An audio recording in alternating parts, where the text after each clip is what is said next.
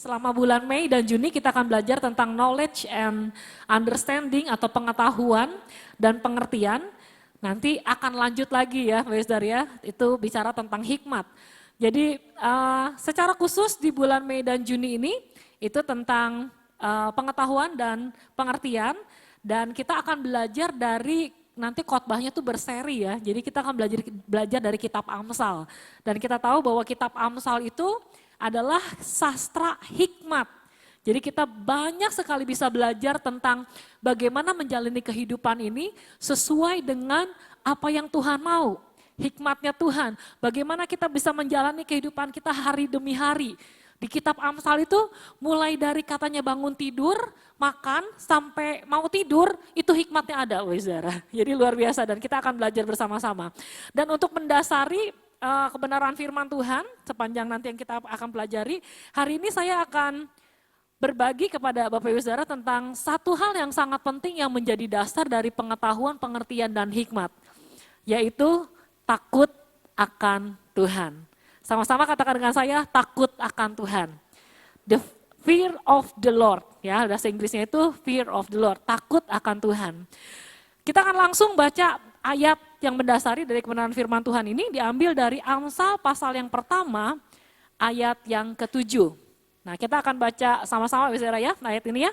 Sudah ada di depan dan kita bisa baca sama-sama, saya hitung 1, 2, 3 nanti kita akan baca sama-sama. 1, 2, 3. Takut akan Tuhan adalah permulaan pengetahuan, tetapi orang bodoh menghina hikmat dan didikan. Demikian firman Tuhan, berbahagialah kita yang mendengar, merenungkannya dan melakukannya dalam kehidupan kita sehari-hari. Nah, bagi kita sebagai umat percaya, takut akan Tuhan itu adalah sesuatu hal yang sangat penting. Selain iman percaya kita kepada Yesus. Ya, nanti saya akan rangkumkan bagaimana iman itu harus sejalan dengan hidup takut akan Tuhan. Oke? Nah, kata takut, banyak orang ketika mendengar kata takut itu langsung berpikir sesuatu yang menyeramkan, sesuatu yang mengerikan. Berbicara kalau kata takut itu pasti ada hukuman atau membuat kita malah jadi tertekan ketika kita mendengar kata takut. Ya. Tapi sekali lagi nanti kita akan belajar apa itu takut akan Tuhan yang benar sesuai dengan firman Tuhan. Sebelum kita masuk mengerti akan takut akan Tuhan yang benar, ada dua ekstrim yang menurut saya ini pengertian tentang kata takut yang salah atau tidak sehat, Saudara ya. Yang pertama itu ada legalisme disebutnya. Ekstrim legalisme. Nah, orang legalisme ini mereka akan taat karena takut dihukum. Mereka akan menaati segala peraturan bukan karena menganggap peraturan itu penting bagi mereka, tapi mereka mau taat karena takut dihukum. Nah, itu orang yang legalisme, ya. Saya kasih contoh yang paling simpel. Bapak Ibu Saudara kalau naik motor pakai helm atau enggak? Pakai ya, pakai. Terus saya tanya lagi, kalau pakai helm sebenarnya tujuan dari kita pakai helm itu untuk apa sih Bapak Ibu Saudara?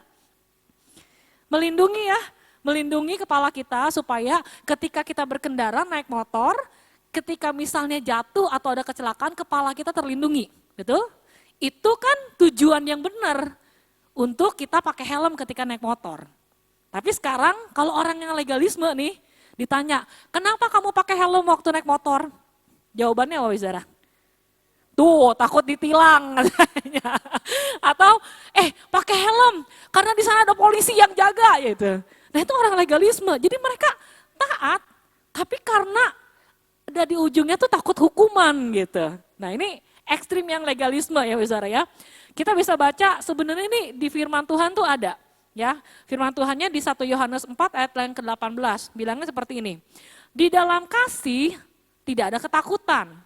Kasih yang sempurna melenyapkan ketakutan. Sebab ketakutan mengandung hukuman dan barang siapa takut, ia tidak sempurna di dalam kasih. Jadi kalau kita ikutin ekstrim legalisme, artinya ketika kita taat sama Tuhan, bukan karena kita cinta sama Tuhan.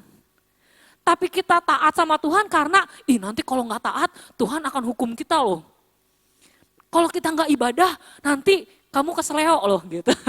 Jadi ada ketakutan yang justru itu menggerakkan kita jadi taat. Nah itu orang yang legalisme, saudara. Ya. Yang kedua, ada ekstrim yang disebut dengan liberalisme. Nah, orang yang liberalisme ini sebaliknya. Orang yang tidak takut ada hukum sama sekali. Walaupun tahu itu salah. Saya kasih contoh yang paling ekstrim aja, saudara ya. Kita tahu negara kita sekarang kayaknya kalau koruptor itu kayak nggak ada malunya gitu, saudara. Saya ingat banget saya lupa ya, maksudnya saya juga nggak mau nyebutin nama siapa gitu yang melakukan korupsi. Ketangkep korupsi, terus di media sosialnya dia bilang ini adalah cobaan dari Tuhan. Padahal tahu dia bikin salah loh. Begitu dia terima hukuman, dia bilang itu cobaan dari Tuhan. Ngaco kan saudara. Dan ini terjadi juga loh. Ternyata di dalam Alkitab itu ada contoh seperti ini. Ya kita baca ayat nih ya. Nanti kalau Bapak Ibu sempat bisa baca Roma pasal yang pertama dari ayat pertama sampai 32. Tapi saya akan rangkumkan di ayat 32 aja. Bilangnya seperti ini, sebab walaupun mereka mengetahui tuntutan-tuntutan hukum Allah, yaitu bahwa setiap orang yang melakukan hal-hal demikian, maksudnya hal-hal yang tidak pantas, hal-hal yang berdosa, hal-hal yang melanggar peraturan, patut dihukum mati, tapi mereka bukan saja melakukannya sendiri, tetapi mereka juga setuju dengan mereka yang melakukannya. Wah, ini ekstrim liberalisme, saudara. Udah tahu ada hukumannya, kalau berbuat kesalahan, tetapi terobos aja, nggak peduli. Bahkan tadi firman Tuhannya bilang di sini, Kitab Roma bilang apa? Ada orang-orang yang menyetujui perbuatannya. Nah ini ekstrim yang liberalisme. Ya, jadi kita bisa lihat nih ada dua ekstrim. Kalau takut, taat karena takut dihukum, tadi disebutnya apa? Legalisme. Nggak takut sama sekali ada hukuman, disebutnya liberalisme. Tapi Tuhan tidak memanggil kita untuk kita hidup di dua ekstrim ini. Karena tadi ya, ini adalah pengertian rasa takut yang tidak sehat atau salah. Tapi kita mau belajar hari ini, apa itu takut akan Tuhan yang sesuai dengan kebenaran firman Tuhan. Kita lihat dulu bahasa asli dari takut. Ini fear of the Lord nih ya, takut akan Tuhannya. Nah, dalam Alkitab, dalam bahasa Ibrani, kata takut itu ditulis dengan kata yira. Artinya takut, hormat, segan dalam konotasi yang positif. Jadi bukan karena takut, segan gitu ya, Tuhan itu galak gitu, enggak. Tapi dengan konotasi yang positif. Rasa takut yang penuh hormat kepada Tuhan. Dalam bahasa Yunani disebut dengan phobos. Bukan sekedar karena takut hukuman, tetapi takut kalau tidak menyenangkan hati Tuhan. Atau takut kalau bikin Tuhan itu kecewa. Jadi kita nggak mau ngecewain Tuhan. Kita mau taat, takut akan Tuhan supaya Tuhan itu disenangkan. Gitu. Jadi kita nggak mau kalau Tuhan itu sedih, kalau Tuhan itu kecewa sama kita. Nah ini rasa takut yang benar sesuai dengan Alkitab. Jadi kalau saya bisa rangkumkan, fear of the Lord itu akan berbunyi seperti ini, Bapak Saudara. The continual awareness that our loving Heavenly Father is watching and evaluating everything we think, say, and do. Dalam bahasa Indonesianya, kita punya kesadaran yang terus-menerus bahwa ada Bapa Surgawi yang penuh kasih, itu memperhatikan dan mengevaluasi segala sesuatu yang kita pikirkan, kita katakan, dan kita lakukan. Nah ini rasa takut akan Tuhan yang benar. Jadi ada kesadaran dimanapun kita berada, apapun yang sedang kita pikirkan, apapun yang kita katakan, apapun yang kita lakukan, ada Tuhan loh yang senantiasa memperhatikan kita dan mengevaluasi kita. Tapi bukan untuk menjatuhkan kita, evaluasinya justru untuk memperbaiki hidup kita. Gitu Bapak Saudara. Kan kita suka berdoa ya buat pemimpin bangsa ini. Yang paling sering kita doain apa? Tuhan berikanlah roh yang takut akan Tuhan buat setiap pemimpin bangsa kami. Benar gak Saudara? Itu bukan sekedar perkataan. Tapi itu adalah kerinduan kita sebagai orang-orang percaya. Supaya orang-orang yang punya kuasa, punya power, Kalau mereka punya roh takut akan Tuhan, saya rasa korupsi itu nggak akan ada, saudara. Kalau orang punya roh yang takut akan Tuhan, nggak akan ada penipuan. Kalau orang punya roh yang takut akan Tuhan, nggak akan ada yang namanya perselingkuhan. Karena dia sadar, punya kesadaran yang terus menerus, apapun yang saya lakukan ini ada yang mengawasi. Ada yang memperhatikan. Hati-hati kalau ada yang bilang begini, nggak apa-apa bikin dosa, nggak apa-apa bikin salah, yang penting nggak ada satu orang pun yang tahu. Kalau kita punya kesadaran, ada satu pribadi yang selalu memperhatikan dan mengawasi kita. Kalau kita bilang nggak apa-apa, kalau nggak ketahuan, yang paling tahu itu Bapa di surga justru, saudara. Jadi nggak ada yang tersembunyi buat Tuhan. Makanya sebagai orang percaya, hidup takut akan Tuhan itu menjadi sesuatu yang sangat penting buat hidup kita. Katakan amin. Oke, ilustrasi sederhananya gini, Bapak Saudara. Seorang anak yang sayang sama papanya, tidak ingin mengecewakan papanya. Bukan karena dia takut dipukul atau dihukum sama papanya, tetapi karena dia menghormati dan sayang sama papanya. Rasa takut akan Tuhan itulah yang kita perlukan seperti itu. Jadi bukan karena kita takut sama Tuhan karena Tuhan galak gitu, enggak ya saudara ya. Tetapi justru kita takut akan Tuhan karena kita sayang sama Tuhan. Kita nggak mau ngecewain Tuhan, kita mengasihi Dia dengan segenap hati kita. Amin saudara. Dan ada 3 hal yang ingin saya bagikan hari ini tentang mengapa hidup takut akan Tuhan itu menjadi hal yang sangat penting. Yang pertama, takut akan Tuhan itu adalah foundation atau dasar hidup. Ya, tadi saya akan ulang ayatnya di Amsal yang pertama ayat yang ke-7. Dikatakan di situ apa tadi? Takut akan Tuhan adalah permulaan pengetahuan. Tetapi orang bodoh menghina hikmat dan didikan. Nah, dalam terjemahan New Living Translation, ini sangat jelas dituliskan di situ. Fear of the Lord is the foundation of true knowledge. Jadi nggak cuma sekedar permulaan. Dikatakan foundation, pondasi. Kalau Bapak Ibu Saudara ada di gedung ini, kita ada di lantai berapa Ibu Saudara? Di lantai 4. Bayangin nggak, kalau nggak ada pondasi yang bisa menopang gedung ini, itu bakalan roboh, benar Ibu Saudara ya? Bakalan hancur. Nah makanya dikatakan tadi bahwa takut akan Tuhan itu adalah pondasi. Kekuatan yang bisa menopang kehidupan kita. Sehingga ketika ada tantangan datang, ada badai kehidupan datang, kita bisa tetap kokoh berdiri. Karena kita punya pondasi yang kuat, hidup takut akan Tuhan. Katakan amin. Tanpa takut akan Tuhan, kalau kita punya pengetahuan, kita akan jadi orang yang sok tahu. Sombong, saudara. Tanpa takut akan Tuhan, hidup kita bisa jadi liar. Karena nggak ada dasar, nggak ada pegangannya. Asal aja udah jalanin hidup. Tanpa takut akan Tuhan, keputusan kita bisa jadi salah. Kita nggak tahu mana yang benar, mana yang sesuai dengan firman Tuhan. Tapi kalau ada takut akan Tuhan itu adalah kekuatan, pondasi, dasar kehidupan kita. Dan kita mau bangun di atas dasar yang kuat itu. Amin, Bapak Saudara. Yang kedua, takut akan Tuhan itu adalah instruction. Kalau bahasa Indonesia ditulis dengan kata didikan. Amsal pasal 15 ayat yang ke-33, demikian firman Tuhan. Takut akan Tuhan adalah didikan yang mendatangkan hikmat. Dan kerendahan hati mendahului kehormatan. Versi New King James Version-nya dikatakan seperti ini. The fear of the Lord is the instruction of wisdom. And before honor is humility.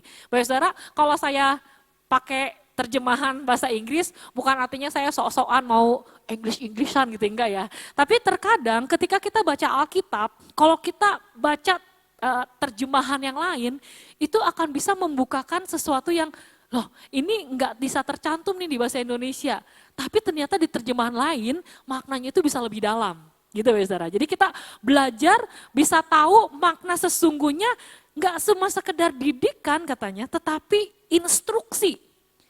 Instruksi itu beda dengan tips. Nah, kalau Mbak Izara suka lihat di medsos gitu ya, suka ada hacks gitu ya, tips atau tips. Kalau tips itu nggak usah wajib dilakukan, tapi tips itu sebenarnya mempermudah sesuatu untuk bisa jadi lebih baik gitu. Nah, kalau instruksi bedanya, ini tuh sesuatu yang wajib, harus kita lakukan. Kalau kita melanggar instruksinya atau kita tidak melakukan instruksinya, maka akan ada kerusakan. Ngerti Mbak Zara? Tahu ya? Jadi beda instruksi sama tips. Instruksi itu wajib harus kita lakukan. Kalau kita tidak melakukannya, sesuatu itu tidak akan berjalan seperti seharusnya. Makanya kalau kita beli sesuatu ada manual booknya ya Mbak Zara ya. Di situ ditulis instruction. Cara nyalainnya gimana, nggak boleh ini, nggak boleh itu gitu. Kalau itu dilanggar, rusak besar. Sama seperti hidup kita. Takut akan Tuhan, itu dikatakan bahwa itu adalah instruksi dari hikmat Allah. Tanpa instruksi, kita tidak melakukannya, hidup kita bakalan rusak.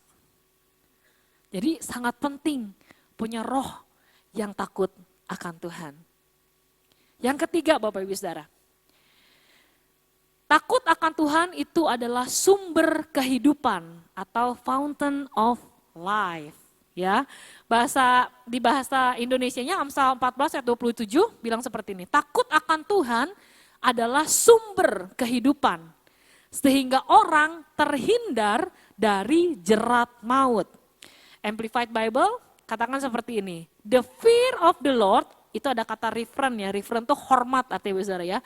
Takut akan Tuhan yang memimpin kita atau that leads to obedience and worship, yang memimpin kita kepada ketaatan dan penyembahan, is a fountain of life atau sumber kehidupan. So that one may avoid the snares of death. Sumber kehidupan yang akan menghindarkan kita dari yang namanya jerat maut atau jebakan. Nah, ini saya mau sedikit bahas di sini Mbak Zara. Saya mau kasih ilustrasi seperti ini. Kalau ada seorang pemburu, dia mau berburu hewan dan dia pasang jebakan. Saya mau tanya sama Mbak Zara, jebakannya dibiarkan terlihat dengan nyata atau jebakannya disamarkan? Disamarkan ya. Nggak mungkin ada jebakan kelihatan banget sama mata, oh kita langsung bisa ngehindar. Tapi yang namanya jebakan itu tidak kasat mata, oh saudara. Tidak kelihatan. Makanya kadang-kadang orang yang berburu bikin jebakan, misalnya di tanah gitu saudara ya, ada jebakannya, pasti akan ditutupin sama daun-daun. Dan itu nggak kelihatan sama hewan yang mau diburu. Begitu hewan itu dapat sama jebakannya, nah ketangkep deh dia. Nah hidup kita, tadi saya nangkep satu perkataan dari Pastor Yenti, nggak bisa diprediksi depannya seperti apa saudara. Kita nggak akan pernah tahu. Mungkin di depan sana ada jebakan-jebakan yang lagi menanti kita. Kita nggak pernah tahu, saudara. Mungkin Bapak Ibu Saudara pernah ada yang punya pengalaman ditipu dari telepon. Loh, kita nggak tahu loh, karena saya pernah, saudara. Jadi saya cerita, kena tipu, habis sekian juta. Kita nggak pernah tahu. Tapi kalau kita hidup takut akan Tuhan yang adalah sumber kehidupan, firman Tuhan bilang, kita akan terhindar dari jerat maut. Terhindar dari jebakan. Yesus juga pernah loh dijebak, saudara. Kita ingat ceritanya, Yesus pernah dicobai iblis sampai 3 kali. Betul ya, saudara ya?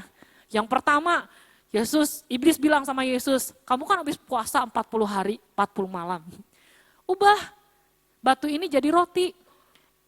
Makan, kan lapar habis puasa. Seolah-olah terlihat benar. Betul gak? Yesus mampu gak ubah batu jadi roti? Bisa. Itu mah dengan sekejap mata, bisa banget. Dijebak saudara. Seolah-olah kelihatannya benar, oh iya saya berkuasa loh bisa ubah batu ini jadi roti. Tapi Yesus bilang, ada firman Tuhan mengatakan bahwa manusia hidup bukan dari roti saja, tetapi dari firman Tuhan. Kalah kan iblisnya? Oke. Yang kedua dicobai lagi. Tuhan dibawa kemana? Bait Allah. Kamu kan anak Allah, coba terjun dari bumbungan bait Allah ke bawah. Nanti kan malaikat-malaikat akan menopang kamu. Kelihatannya benar, Bapak Saudara. Tapi ini menyesatkan. Enak aja diperintah sama iblis. Siapa kamu bisa merintah-merintah Allah? Kalah iblisnya. Yang terakhir, iblis bawa lagi, Yesus lihat semua. Seisi dunia ini. Ya Yesus lihat ini.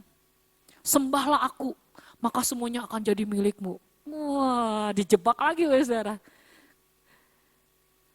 Tapi karena Yesus adalah anak Allah. Dan dia hidup menuruti semua kehendak Allah. Dia bisa mengalahkan si iblis yang mau menjebak dia. Banyak kisah-kisah di dalam Alkitab. Bagaimana orang yang hidup takut akan Tuhan. Itu terhindar dari yang namanya jerat maut. Kita ingat ceritanya Yusuf. Betul? Digoda, dijebak sama Tante Poti. Tapi karena Yusuf punya roh yang takut akan Tuhan. Dia bisa terbebas, terlepas dari itu semua. Meskipun konsekuensinya dia harus masuk penjara. Tapi karena hidup takut akan Tuhan, justru itu yang membawa Yusuf naik. Berkuasa di Mesir. Jadi berkat buat bangsanya bahkan bagi bangsa-bangsa. Amin Bapak Saudara. Jadi makanya penting banget punya roh yang hidup yang takut akan Tuhan. Ada dua aspek kehidupan yang takut akan Tuhan. Yang pertama adalah membenci kejahatan. Amsal 18 ayat yang ke-13 berkata demikian, takut akan Tuhan ialah membenci kejahatan. Aku benci kepada kesombongan, kecongkakan, tingkah laku yang jahat, dan mulut penuh tipu muslihat. Jadi membenci kejahatan itu bukan sekedar tidak melakukan dosa, tetapi benar-benar membenci dosa. Sehingga nggak ada niatan lagi untuk mau melakukan hal-hal yang tidak berkenan di hadapan Allah. Aspek yang kedua adalah suka kepada perintah Tuhan. Mazmur 112 ayat yang pertama, haleluya, berbahagialah orang yang takut akan Tuhan, yang sangat suka kepada segala perintahnya. Ciri orang yang takut akan Tuhan bukan taat karena terpaksa, tetapi justru ketaatan adalah menjadi sebuah kesukaan buat dia. Amin, saudara. Ini dua aspek hidup kita yang takut akan Tuhan. Nah, sekarang bagaimana aplikasinya dalam kehidupan kita? Kita semua adalah orang-orang yang sudah percaya kepada Yesus. Amin. Amin, saudara. Yang sudah percaya kepada Yesus boleh angkat tangannya. Amin. Kita semua sudah percaya kepada Yesus. Dan kita adalah disebut anak-anak Allah dan juga murid Kristus. Lukas pasal yang ke-9 ayat ke-23. Nah ini adalah hal mengikut Yesus. Karena hidup takut akan Allah itu harus selaras dengan bagaimana kita hidup mengikut Yesus. Setiap orang yang mau mengikut aku, Yesus katakan, ia harus menyangkal dirinya, memikul salibnya setiap hari, dan mengikut aku. Sekali lagi yuk, baca yuk, sama-sama ya, 1, 2, 3. Setiap orang yang mau mengikut aku, ia harus menyangkal dirinya, memikul salibnya setiap hari, dan mengikut aku. Nah sekarang saya mau bawa kita kepada sebuah fenomena realita yang terjadi belakangan ini. Terutama di dunia, apalagi sekarang sudah tidak asing ya media sosial bagi kita, apapun kita bisa akses dengan sangat mudah. Nah akibat dari budaya yang sekarang terjadi Bapak Saudara, orang bukan lagi menyangkal diri dan memikul salib. Tetapi orang malah sekarang menyangkal salib dan memikul diri. Saya nggak salah ngomong Bapak Saudara, tapi ini yang terjadi, bahkan terjadi di kalangan orang-orang percaya kepada Tuhan. Wah kelihatannya rohani banget, Kristen banget Bapak Saudara. Tapi ternyata pengiringannya akan Tuhan itu lebih banyak menyangkal salib dan memikul dirinya sendiri. Artinya apa Bapak Saudara? Orang yang menyangkal salib dan memikul diri, dia menolak untuk menderita. Padahal Yesus adalah teladan penderitaan, bahkan dia sampai mati, saudara. Orang yang menyangkal salib gak mau berkorban. Semuanya buat saya. Orang yang pikul dirinya mengikuti keinginan dirinya sendiri. Tuhan itu cuma pelengkap. Gak lagi sungguh-sungguh cari apa yang menjadi kehendak Tuhan, tapi dia memutuskan untuk dirinya sendiri dan minta Tuhan untuk menyetujui keputusannya. Bukan Tuhan lagi yang bertahta dalam hatinya, tapi dirinya sendiri yang bertahta dalam dirinya. Maunya hidup nyaman. Kalau ketaatan mendatangkan kenyamanan, ya saya mau lakukan. Tapi kalau ketaatan menuntut pengorbanan, oh sorry. Mulai menyangkal salib dan memikul diri. Yang diutamakan ambisi pribadinya. Apa yang penting buat saya, bukan apa yang penting buat Tuhan. Oh ini bahaya Bapak Saudara. Sudah terjadi pergeseran. Nanti saya akan bacakan ada sebuah perenungan yang ditulis oleh seorang hamba Tuhan tentang fenomena yang terjadi saat ini. Harusnya kan kita menyangkal diri, benar Bapak Saudara? Pikul salib, melepaskan hak, meninggalkan ego, taat, biarpun sulit.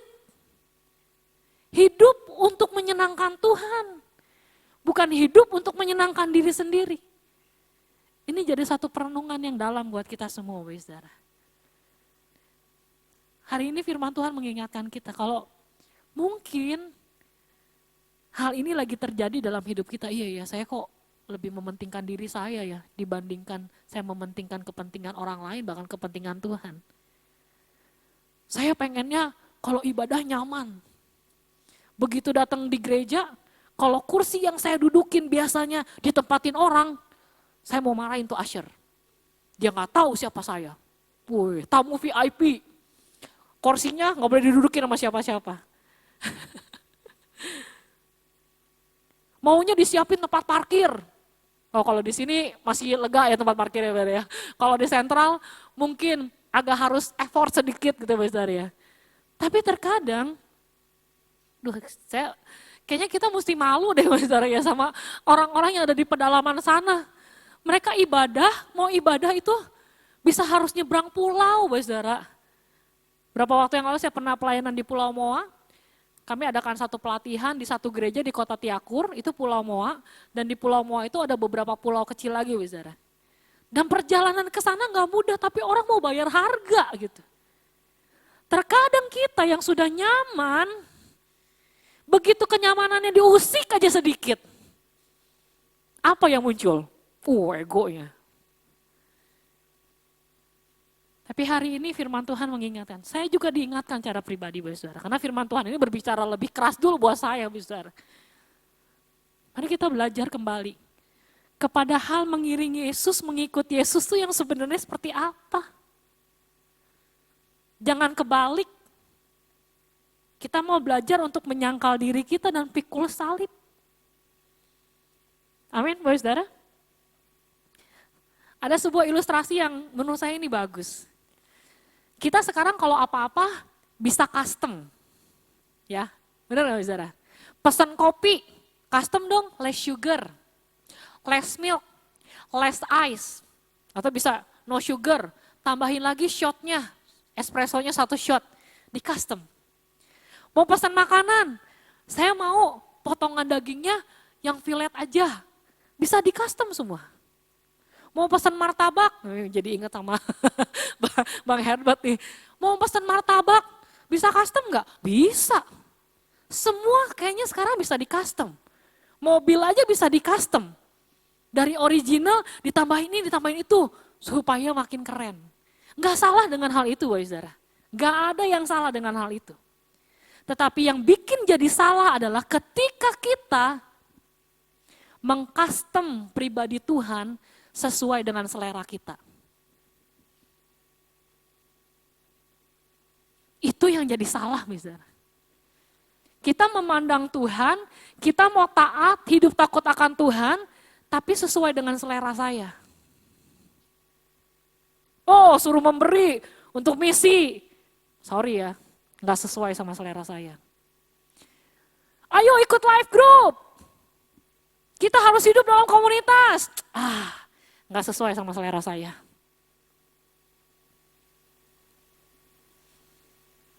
Ini yang terjadi saat ini, saudara. Karena ada budaya yang bisa customize, jadi kita seolah-olah kita bisa mengcustomize Tuhan sesuai dengan selera kita. Dan ini bahaya, saudara. Mari cek hidup kita.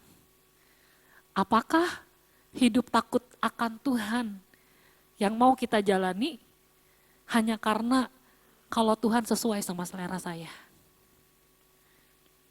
Tuhan itu gak pernah berubah dulu, sekarang, sampai selama-lamanya. Tapi sekali lagi, kadang-kadang kita yang milih. Oh Tuhan, kamu boleh deh bertahta atas hidup saya yang ini. Tapi aspek yang ini masih harus saya yang lakuin semua. Tapi Tuhan mau dia bertahta atas seluruh kehidupan kita. Sekali lagi, hal mengikut Yesus. Jangan kebalik ya. Pertama apa? Menyangkal diri, bukan menyangkal salib. Yang kedua, memikul salib, bukan memikul diri. Amin. Kita belajar, sama-sama kita belajar, saudara. Nah, ini ada perenungan yang akan saya bacakan buat Bapak Ibu Saudara semua. Ada sebuah pergeseran yang berbahaya terjadi di dalam kekristenan saat ini. Esensi pemuridan yang tadi ada di Lukas 9:23 tentang sangkal diri dan pikul salib telah mengalami inversi atau pembalikan. Kita telah menukar beban salib Kristus dengan beban ego kita sendiri. Sehingga tanpa sadar kita sedang memikul diri dan menyangkal salib. Teks aslinya itu menyangkal diri ditulis dengan aparneomai, artinya melepaskan hak kepemilikan atas hidup sendiri. Namun di era sekarang yang disebut dengan era narsisisme suci, waduh bahaya besar ya. Fokus perhatian itu jadi bergeser menjadi pemujaan terhadap identitas. Yang harusnya menyangkal ego, banyak orang justru memikul diri, membawa ambisi, harga diri, dan keinginan pribadi ke atas altar pelayanan. Tuhan tidak lagi menjadi subjek yang harus diikuti, tetapi hanya sebagai sarana untuk mengaktualisasi diri. Memikul diri adalah beban yang melelahkan. Ketika fokus kita ada pada performa dan pengakuan, kita sebenarnya sedang memikul beban narsisisme yang tidak pernah ada puasnya. Ini sangat kontras dengan janji Kristus tentang beban yang ringan.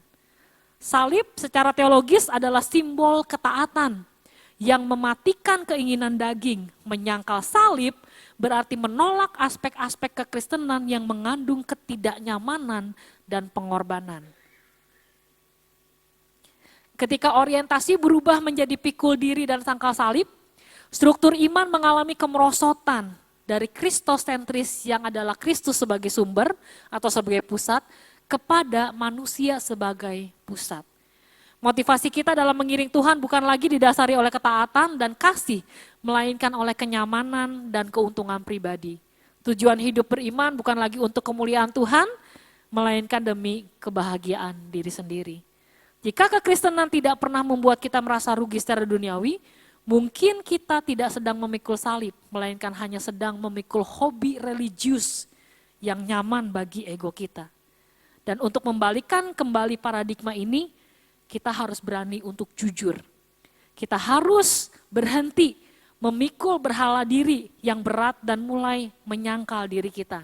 Kita harus berhenti melarikan diri dari salib dan mulai memeluk salib sebagai jalan yang menguduskan kehidupan kita. Sebab hanya melalui penyangkalan diri kita menemukan jati diri yang sejati di dalam Tuhan. Dan hanya melalui pikul salib kita benar-benar berjalan di jalan yang menuju pada kebangkitan yang sejati di dalam Kristus. Jadi mari kembali Bapak Saudara. Hal mengikut Yesus itu adalah aplikasi dari bagaimana kita hidup takut akan Tuhan. Alkitab mencatat, tadi saya sudah cerita tentang Yusuf, Daniel, imannya mengeluarkan dia dari gua singa tanpa sedikit luka apapun. Karena dengan iman Daniel percaya Tuhan yang berkuasa itu sanggup membebaskan dia dari gua singa. Tapi hidup Daniel yang punya roh takut akan Tuhan, itu yang membawa dia terus konsisten. Bisa dipakai sampai 4 masa raja, Bapak Saudara. Karena dia hidup takut akan Tuhan. Jadi iman saja itu tidak cukup. Tapi iman percaya kita harus disertai dengan hidup takut akan Tuhan. Amin, Bapak Saudara. Saya mengundang teman-teman pemuji pemusik untuk bisa bersama-sama dengan saya di sini. Perenungannya saat ini adalah bagaimana dengan kehidupan kita. Sekali lagi, iman saja tidak cukup kalau tidak disertai takut akan Tuhan. Dan sebaliknya, takut akan Tuhan pun tanpa iman itu juga tidak lengkap. Iman membuat kita percaya kepada Tuhan, tetapi takut akan Tuhan membuat kita hidup benar di hadapan Tuhan.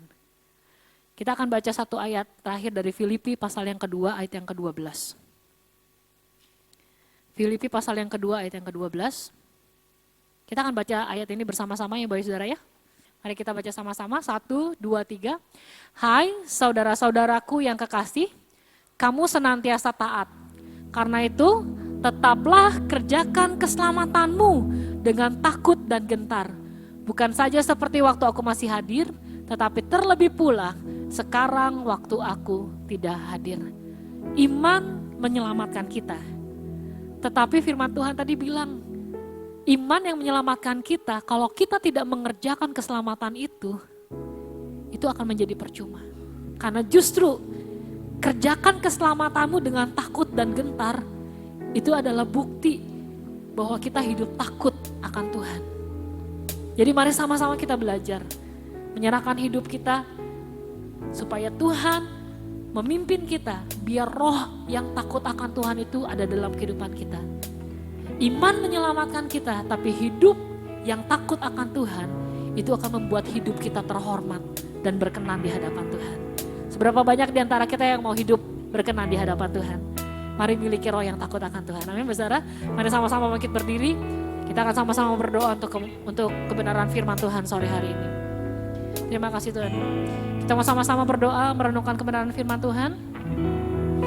Kita mau sama-sama berkomitmen biar seluruh segenap kehidupan kita mau sungguh-sungguh mengikut Yesus, melepaskan hak kita dan mengizinkan Yesus untuk sepenuhnya menjadi Raja atas dalam kehidupan kita. Terima kasih Tuhan. Kami mengangkat tangan kami di hadapan-Mu sebagai komitmen, tanda kami mau sungguh-sungguh hidup takut akan Tuhan. Kami percaya bahwa anugerah-Mu rohkan kami untuk kami sungguh-sungguh hidup berkenan di hadapan Engkau. Ajar kami Tuhan, melalui setiap kebenaran firman-Mu, biar sungguh-sungguh roh yang takut akan Tuhan itu ada di dalam kehidupan kami, sehingga hidup kami bisa berkenan di hadapan Engkau. Ini kami Tuhan, jadikan kami pelaku-pelaku firman-Mu dalam setiap kehidupan kami. Kau pakai kami Tuhan, jadi saksi dimanapun Kau menempatkan kehidupan kami, di dalam pekerjaan kami, dalam keluarga kami, sekolah, kuliah kami Tuhan, tempat kami berusaha, profesi apapun yang Tuhan percayakan dalam kehidupan kami. Biar sungguh-sungguh kami berdoa sekali lagi, roh yang takut akan Tuhan itu ada di dalam kehidupan kami. Kami bisa menjaga hidup kami Tuhan, dalam pengiringan akan Kristus dalam hidup kami. Kami mau terus belajar menjadi murid Kristus yang sejati. Mau terus Tuhan belajar untuk menyangkal diri kami. Dan kami mau memikul salibnya, salib Tuhan di dalam setiap kehidupan kami Tuhan. Kami gak mau hidup di dalam kenyamanan, tapi kami mau sungguh-sungguh hidup dalam pertumbuhan di dalam Tuhan. Roh Kudus tolong kami di dalam nama Tuhan Yesus. Terima kasih Bapak yang baik. Firman Tuhan sudah selesai hamba-Mu sampaikan, tapi hamba-Mu berdoa biar firman itu terus berbicara dalam setiap kehidupan kami. Ingatkan terus Tuhan, biar firman-Mu itu terus akan menuntun, memimpin seluruh kehidupan kami. Di dalam nama Tuhan Yesus, kami sudah berdoa dan kami mengucap syukur.